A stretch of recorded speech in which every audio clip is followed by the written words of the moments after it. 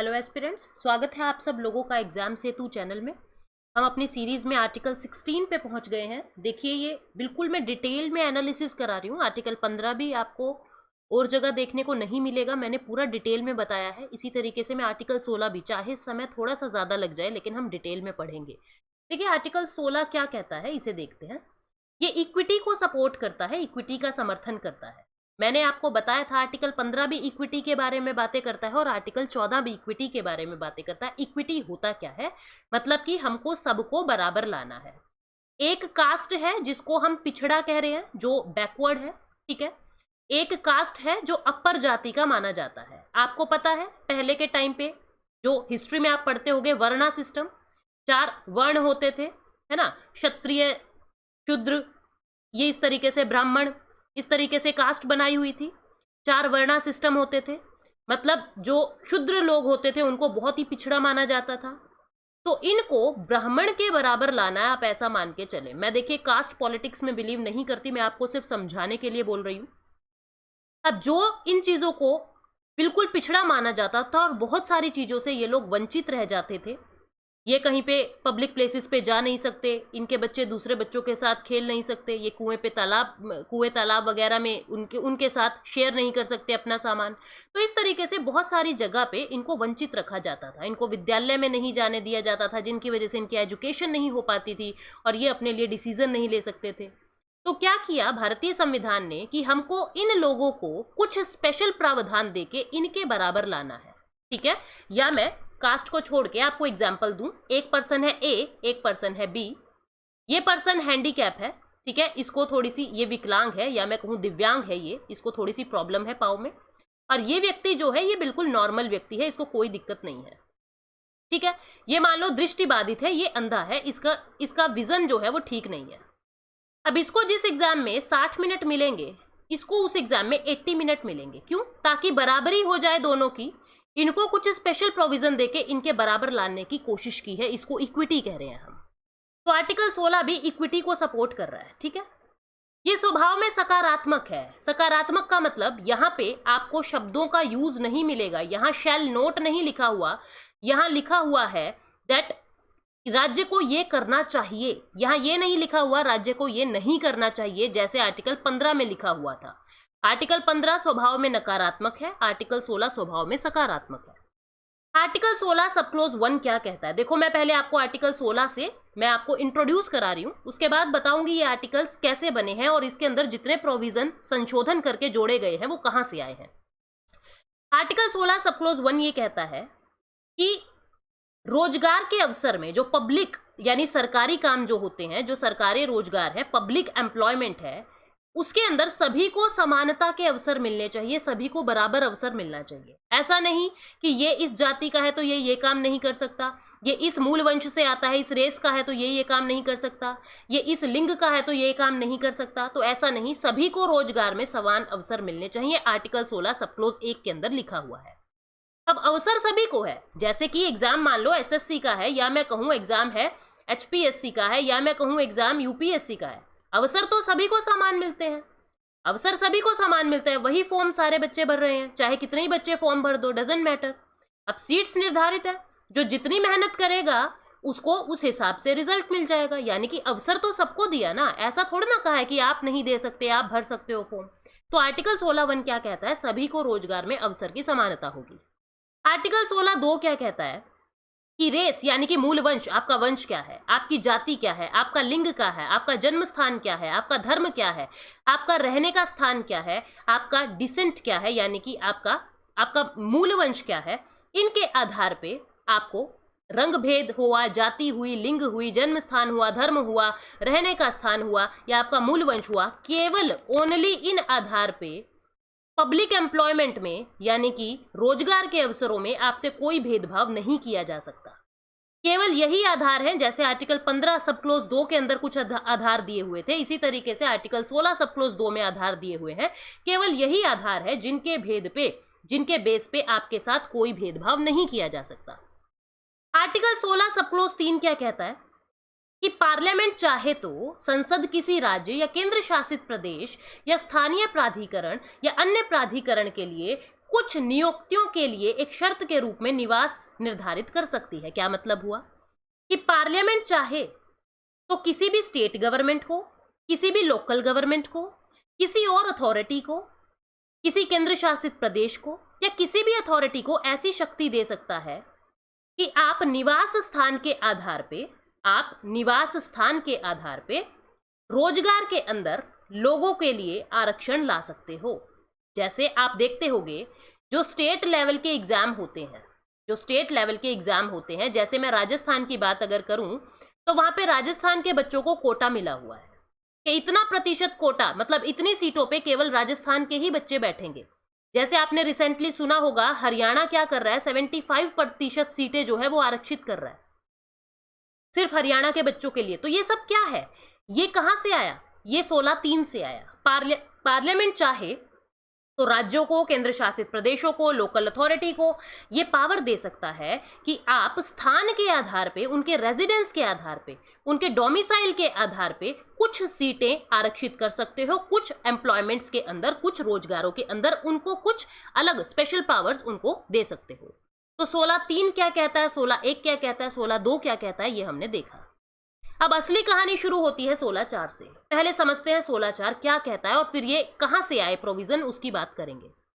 16(4) ये कहता है कि अगर राज्य को ऐसा लगे कि SC को, ST को या OBC को रोजगार के अंदर पूरा रिप्रेजेंटेशन यानी कि पूरा प्रतिनिधित्व तो नहीं मिल रहा, मान लो कोई पोस्ट है और उस पोस्ट पे 100 के 100 जनरल बैठे हैं, ठीक है, स्टेट को क्या लग रहा है, भाई ये तो ऐसे रोजगार हो गए जिन पे सब जनरल कैटेगरी के लोग बैठे हैं, यानी कि SC, ST और OBC का रिप्रेजेंटेशन है ही नहीं, उनका प्रतिनिधित्व है ही नहीं इन जॉब्स के अंदर। तो इन लोगों के लिए कुछ रिजर्वेशन पार्लियामेंट जो है यानी स्टेट गवर्नमेंट जो है, राज्य सरकार जो है वो कर सकती है।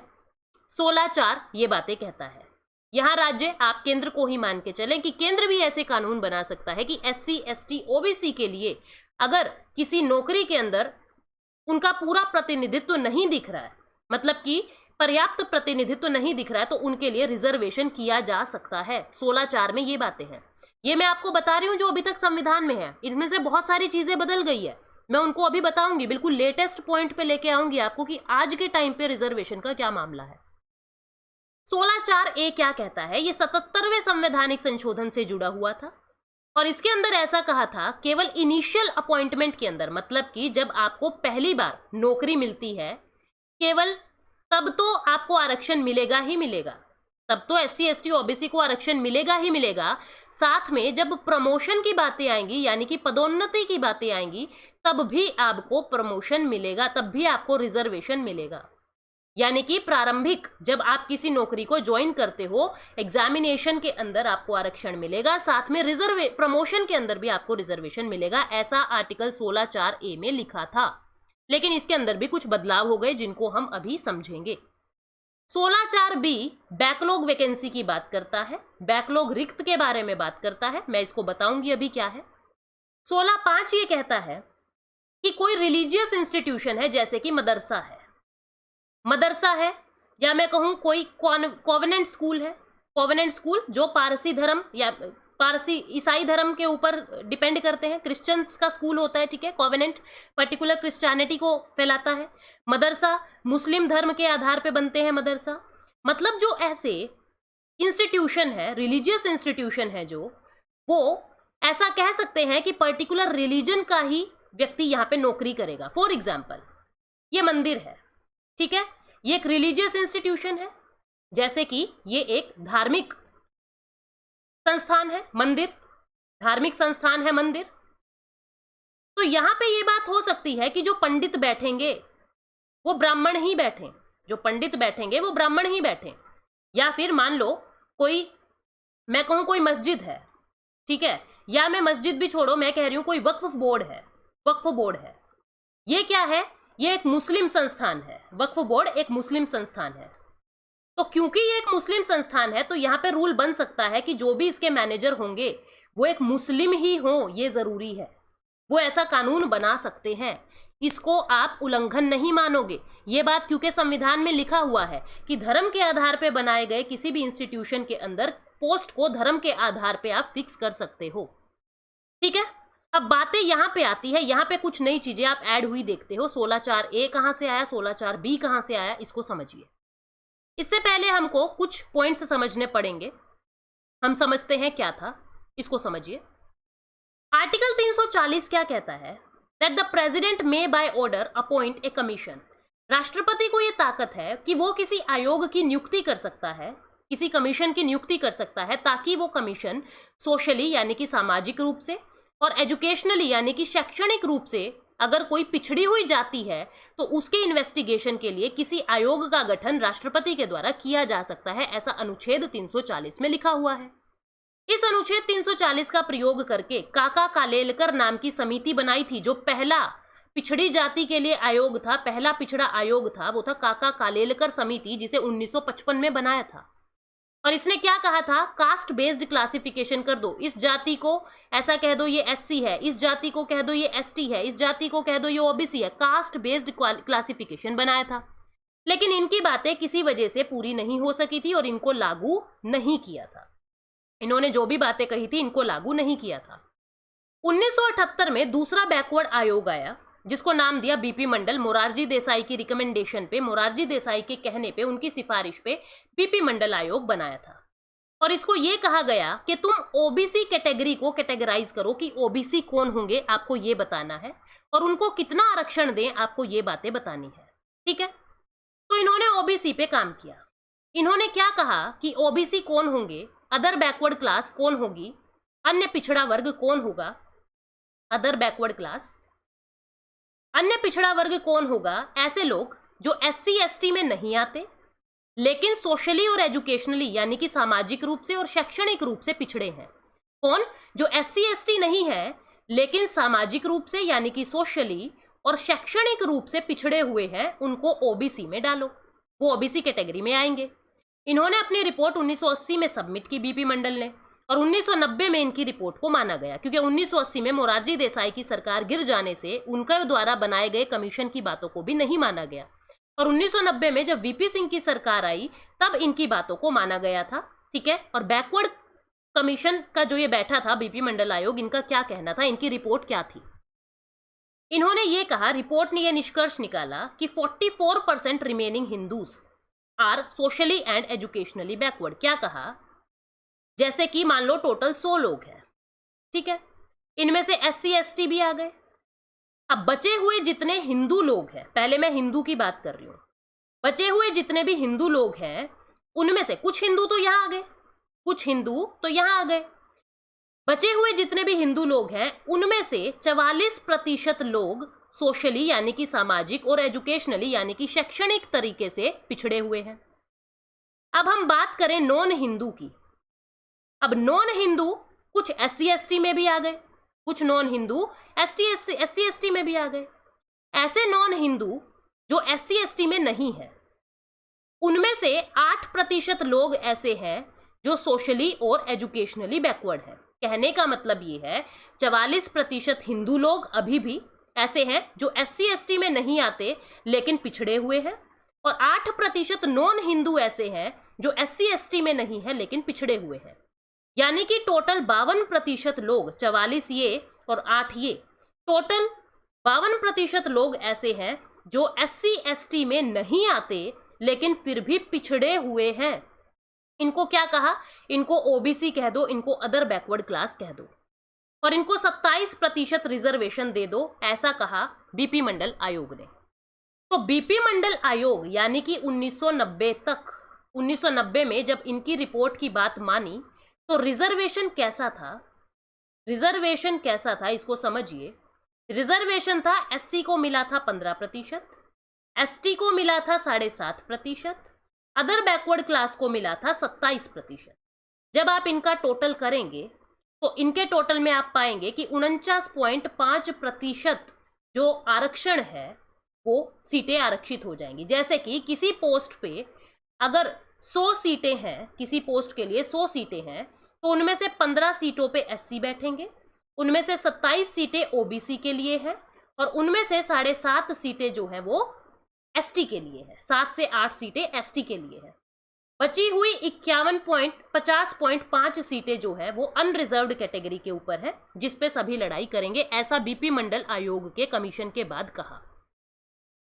लेकिन इसी बीच क्या होता है, इससे पहले एक केस होता है MR Balaji versus state of Mysore. ये मैंने आपको बीपी मंडल आयोग के बारे में अभी बताया है। देखो 1962 के अंदर एक केस हुआ था MR Balaji versus state of Mysore. हमारे संविधान में आर्टिकल 335 है। आर्टिकल 335 क्या कहता है कि SC ST को रिजर्वेशन तो दो पोस्ट में, लेकिन एडमिनिस्ट्रेशन की पोस्ट पे मत दो।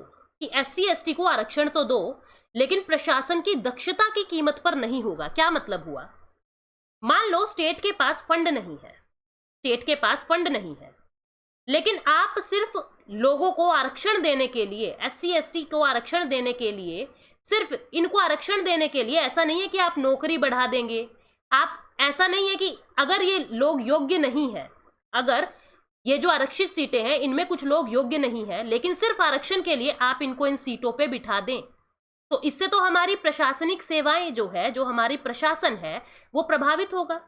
मतलब कि एक कम योग्य व्यक्ति है, मान लो एक कम योग्य व्यक्ति है, ठीक है, क्योंकि वो SC है या वो ST है, सिर्फ आरक्षण देने के लिए आप उनको सीटों पे नहीं बिठा सकते, क्योंकि इससे हमारा प्रशासन प्रभावित होगा, इससे तो काम तरीके से नहीं होगा। तो आर्टिकल 335 में ये कहा कि आप SC ST को आरक्षण तो दो, लेकिन तब तक जब तक राज्य पे प्रभाव ना पड़े और हमारा प्रशासन सुचारू रूप से चल सके, हमारा एडमिनिस्ट्रेशन एक तरीके से चल सके। आर्टिकल 335 में ये था, ठीक है। ये 335 आर्टिकल, इसके अंदर कंफ्यूजन हो रही थी कि ये क्या कहता है। इस कंफ्यूजन को दूर करने के लिए केस जाता है MR Balaji versus state of Mysore 1962 में। यहां पे सुप्रीम कोर्ट ने क्या कहा, आर्टिकल 335 का इंटरप्रिटेशन किया, आर्टिकल 335 की व्याख्या की। MR Balaji versus state of Mysore case में क्या कहा सुप्रीम कोर्ट ने, यह कहा कि 50% से ज्यादा रिजर्वेशन नहीं दे सकते। आपने देखा अभी बीपी मंडल आयोग ने भी इसका ध्यान रखा और टोटल 49.5% आरक्षण की ही बातें की है। तो ये बात MR Balaji versus state of Mysore 1962 में कही जा चुकी थी कि 50% से ज्यादा का आरक्षण नहीं दे सकते। 16(4) क्या कहता है, 16(4) क्या कहता है, SC ST को और अदर बैकवर्ड क्लासेस को आरक्षण देने की बात कहता है। अभी हमने देखा आर्टिकल 16(4) क्या कहता है, SC ST OBC को आरक्षण देने की बात कहता है। अब MR Balaji versus state of Mysore में सुप्रीम कोर्ट ने कहा कि इनको आरक्षण तो दो, लेकिन इन लोगों को दो चीजें पूरी करनी पड़ेंगी। मतलब कि राज्य अगर SC को ST को OBC को आरक्षण दे रहा है तो राज्यों को ये दो बातें प्रूव करनी पड़ेगी। कौन कौन सी, एक तो प्रूव करो जिस भी जाति को आप आरक्षण दे रहे हो, जिस भी जाति को आरक्षण दे रहे हो वो जाति सोशली और एजुकेशनली बैकवर्ड है, वो जाति सामाजिक और शैक्षणिक रूप से पिछड़ी है। और दूसरा, जिस पोस्ट में उनको आरक्षण दे रहे हो उस पोस्ट में उनका पर्याप्त प्रतिनिधित्व नहीं है, मतलब कि वहां पे उस जाति के कम लोग हैं, पर्याप्त प्रतिनिधित्व नहीं है। अगर ये दो बातें आप लोग प्रूव कर देते हो तभी आप SC ST OBC को आरक्षण दे सकते हो। ये रिस्पॉन्सिबिलिटी स्टेट पे डाली कि आपको आरक्षण देने से पहले ये दो बातें प्रूव करनी पड़ेंगी। इसीलिए बीपी मंडल आयोग बिठाया था, जिसने ये प्रूव किया था कि ये जो जाति है 44% हिंदू और 8% नॉन हिंदू, ये सच में ही पिछड़े हैं और इनका एडिक्वेट रिप्रेजेंटेशन यानी कि पर्याप्त प्रतिनिधित्व नहीं है। इसीलिए इन लोगों को 27% OBC के अंदर आरक्षण मिला, क्योंकि सुप्रीम कोर्ट ने कहा था कि पहले प्रूव करो, अगर प्रूव नहीं किया तो हम आरक्षण को कैंसिल भी कर सकते हैं। ठीक है, अब आगे बात चलती है। MR Balaji versus state of Mysore क्या है ये हमने देखा, ठीक है। अब आगे देखो, एक केस होता है, सबसे पहले आया MR बालाजी केस, ठीक है, 1962 में। इसके बाद बनता है बीपी मंडल आयोग, बीपी मंडल आयोग, ठीक है, जिसने OBC को 27% रिजर्वेशन की बात कह दी। इस बीपी मंडल आयोग की बातों को चैलेंज कर देती है इंदिरा साहनी, चैलेंज कर देते हैं Indira Sahni. Indira Sahni versus union of India 1993 के अंदर केस जाता है सुप्रीम कोर्ट के अंदर। यहां पे ये केस क्या था, इन्होंने कहा कि बीपी मंडल कमीशन की जो रिपोर्ट है वो गलत है और हम इसको चैलेंज करते हैं। तो सुप्रीम कोर्ट ने कुछ डिसीजन सुनाए। क्या डिसीजन सुनाए ये देखिए। सुप्रीम कोर्ट ने यह कहा कि ओबीसी कैटेगरी में हम क्रीमी लेयर की अवधारणा जोड़ रहे हैं। क्रीमी लेयर का कंसेप्ट जोड़ रहे हैं, मतलब कि कुछ ओबीसी कास्ट ऐसी हो सकती है जो आर्थिक रूप से पिछड़ी नहीं है, जो डॉक्टर हैं, जो लॉयर हैं, ऑलरेडी बहुत अच्छा कमा रहे हैं, तो उनको क्रीमी लेयर में डाल दो। और क्रीमी लेयर में कौन आएंगे इसका निर्धारण करने के लिए रामनंदन समिति 1993 में बना दी। तो रामनंदन समिति का क्या काम था? क्रीमी लेयर को पहचानना कि कौन क्रीमी लेयर होगा, इसका निर्धारण करना। दूसरी बात, सुप्रीम कोर्ट ने इंदिरा साहनी केस में क्या कही कि रिजर्वेशन को 50% की लिमिट से क्रॉस नहीं करोगे। ठीक है, लेकिन आज के टाइम में यह भी खत्म हो चुका है। तीसरी बात सुप्रीम कोर्ट ने क्या कही कि रिजर्वेशन को इनिशियल अपॉइंटमेंट में रखो, लेकिन उसको प्रमोशन में मत करो। मतलब कि जैसे आपने रिजर्वेशन दे दी जब बच्चों को अपॉइंट कर रहे हो, जब किसी को किसी पोस्ट पे अपॉइंट कर रहे हो, शुरुआत में प्रारंभिक नियुक्ति में आपने उनको रिजर्वेशन दे दी, लेकिन आप जब पदोन्नति करो तो उस समय उनके काम के आधार पे करो, रिजर्वेशन उस समय नहीं दो, प्रमोशन में रिजर्वेशन मत दो। अब राज्य को यहाँ पे दिक्कत होने लगी। राज्य सरकार बोली ये तो गलत बात है, हमारे लोग फिर पीछे रह जाएंगे जो SC ST वाले हैं। तब राज्य ने क्या किया, 1995 में 77वां संवैधानिक संशोधन, ये देखो केस चल रहा है 1993 में, और 1995 में 77वां संवैधानिक संशोधन पास किया और ये कहा कि प्रमोशन के अंदर भी रिजर्वेशन होगी, क्योंकि संसद, आपको पता है संसद के पास ताकत है। तो संसद ने कानून में बदलाव किया और सुप्रीम कोर्ट की बात को पलटते हुए क्या कर दिया, आर्टिकल 16(4)A ऐड कर दिया और क्या कहा कि इंदिरा साहनी के केस में जो बातें सुप्रीम कोर्ट ने कही है हम उसको ना मानते हुए, मतलब ये नहीं कहा, ऐसा नहीं कह सकते कि हम सुप्रीम कोर्ट की बात नहीं मान रहे। सबसे बड़ी ताकत संसद के पास क्या है कि वो संविधान में बदलाव कर देते हैं। तो उन्होंने संविधान में बदलाव किया और ये कहा कि 77वें संवैधानिक संशोधन से हम प्रारंभिक अपॉइंटमेंट के साथ साथ प्रमोशन के अंदर भी रिजर्वेशन करेंगे। इस चीज में भी आज के टाइम में बदलाव हो चुका है। फरवरी 2020 में बदलाव हुआ था, क्या हुआ था उसे अभी हम करेंगे डिस्कस। अभी सिर्फ समझो 16(4)A कहां से आया, तो समझ रहे हो कहां से आया 16(4)A। 16(4)A के लिए पहले केस होता है MR बालाजी केस, ठीक है, MR बालाजी केस समझा हमने। उसके बाद कौन सा आया, उसके बाद BP मंडल कमीशन आया। उसके बाद इंदिरा साहनी ने जब इसको चैलेंज किया सुप्रीम कोर्ट में, तो सुप्रीम कोर्ट ने कहा कि केवल प्रमोशन के अंदर आप रिजर्वेशन ना करो, आप केवल इनिशियल अपॉइंटमेंट में, प्रारंभिक नियुक्ति के अंदर ही आप रिजर्वेशन करो, प्रमोशन में मत करो। ठीक है, अब बात आती है 16(4)B की। उससे पहले हम कुछ और बातें जानते हैं इसी केस में। और क्या हुआ था इंदिरा साहनी केस में ही, इंदिरा साहनी केस में एक और बात कही थी कि रिजर्वेशन को केवल सरकारी इंस्टीट्यूट में ही रखो, गैर सरकारी यानी प्राइवेट इंस्टीट्यूट में आप रिजर्वेशन नहीं कर सकते। लेकिन जैसा कि कल हमने पढ़ा था आर्टिकल 15 में, जिसने नहीं देखी वो देख लेना, 93वें संवैधानिक संशोधन से आर्टिकल 15(5) भी ऐड कर दिया और ये कह दिया कि प्राइवेट इंस्टीट्यूशन में भी अब आरक्षण होगा, उच्च शिक्षण संस्थान के प्राइवेट इंस्टीट्यूशन में भी आरक्षण होगा। लेकिन जो अल्पसंख्यक का इंस्टीट्यूशन है, जो माइनॉरिटी का इंस्टीट्यूशन है, वहां पे कोई आरक्षण नहीं होगा। तो इंदिरा साहनी केस की दो बातों को बदलते हुए संसद ने कानून बनाए और 16(4)A ऐड कर दिया और यहाँ पे 15(5) ऐड कर दिया। ये हम लोगों ने बात की, ठीक है। अब देखो 16(4)B क्या कहता है। एक और संवैधानिक संशोधन आता है, 81वां संवैधानिक संशोधन, जिसमें बैकलॉग वैकेंसी की बात की। बैकलॉग रिक्तता क्या होती है इसको समझो। मानो 2019 में 100 सीटें निकली है किसी पोस्ट के लिए, मैं मान रही हूं ग्रुप B की जॉब के लिए 100 सीटें निकली।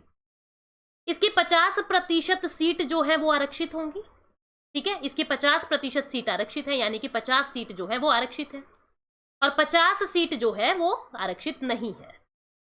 मान लो इन 50 सीटों में से केवल 20 ही सीट भरी है, 30 सीट जो है वो रिक्त रह गई है, 30 सीट रिक्त रह गई है।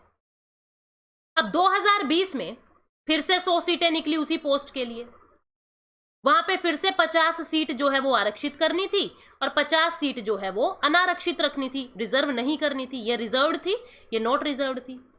तो अब ऐसा नहीं है कि आप ऐसा नहीं कर सकते कि 30 पिछली ले आओ और इस साल केवल 20 ही सीटें आरक्षित करो।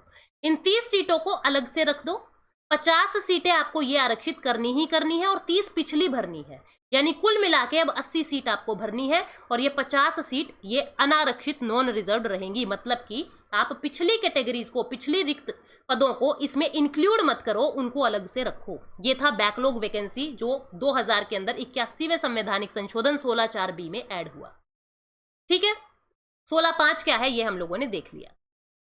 अब 103वें संवैधानिक संशोधन से 16(6) भी ऐड किया गया।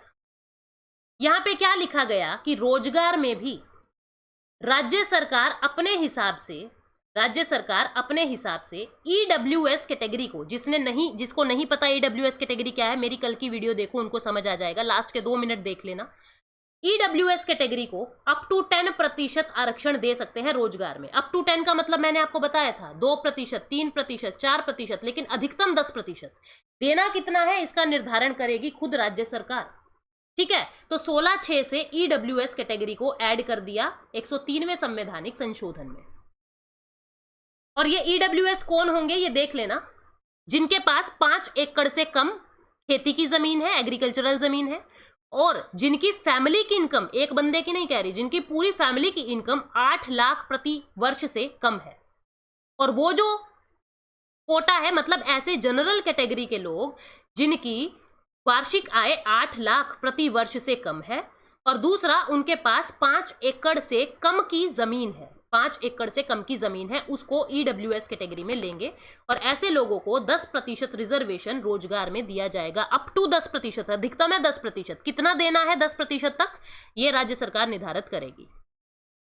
उत्तराखंड हाई कोर्ट का एक डिसीजन आता है। उत्तराखंड हाई कोर्ट में असिस्टेंट जेई की पोस्ट के ऊपर प्रमोशन में रिजर्वेशन करें या ना करें, यह मामला जाता है उत्तराखंड हाई कोर्ट के अंदर।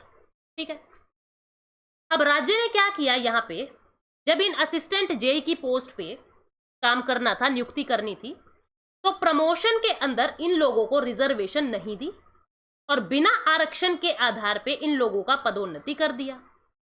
केस जाता है सुप्रीम कोर्ट में, केस जाता है हाई कोर्ट में।